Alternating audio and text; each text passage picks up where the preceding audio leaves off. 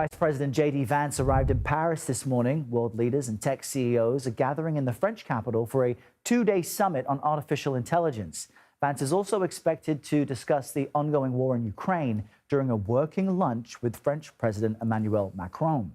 Meanwhile, CBS News has learned that Vance is set to meet with Ukrainian President Volodymyr Zelenskyy at the Munich Security Conference later this week. Joining us for more on that angle is CBS News senior foreign correspondent Holly Williams in our London bureau. Holly, great to see you this Monday. The fear from Ukrainians was that a Trump administration may mean less aid and support. So what might we expect from this Vance-Zelenskyy meeting? Good morning, Errol. We assume it's about trying to end the war in Ukraine because during the campaign, President Trump repeatedly claimed that he could end the war in Ukraine in 24 hours. He even claimed that the war would be over by the time that he took office. Now, obviously, that hasn't happened. But more recently, his special envoy for Ukraine, Keith Kellogg, suggested that the goal has now changed to ending the war in around 100 days.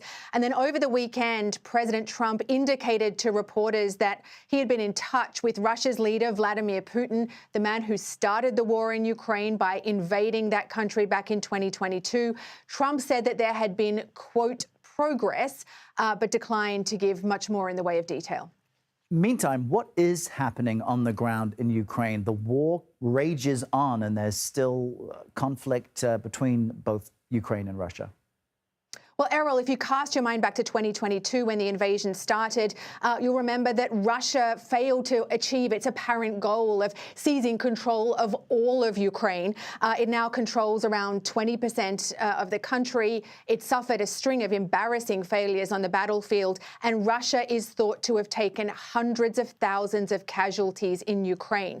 However, Ukrainians on the front line have told us that the Russians are learning, they're getting smarter. In particular, they're making very effective use of drones, drone warfare. And the Russians are taking territory faster in recent months than at any point since the beginning of the invasion.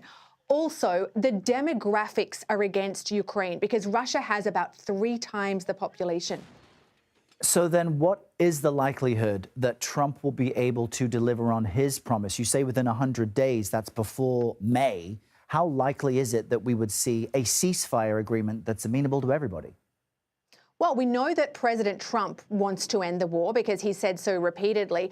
But what does Vladimir Putin want? I mean, we don't really know. I mean, maybe he sees the massive loss of Russian life as a liability and wants a face-saving way out of this conflict. But on the other hand, maybe he's pinned so much of his political legacy on this invasion that ending it would be a kind of personal humiliation for him. And then there's Ukraine. I mean, a recent poll found that just over half of Ukrainians would now like to negotiate a ceasefire. That's up dramatically since the beginning of the war. But we were just in Ukraine, and many Ukrainians told us that they have conditions. I mean, people we spoke to said that they did not want to hand over territory permanently to Russians, and they needed security guarantees. For instance, NATO membership or European peacekeepers. And without that, some Ukrainians suggested to us that they would prefer just to fight on. Good to keep that in mind as we watch this. Holly, thank you very much.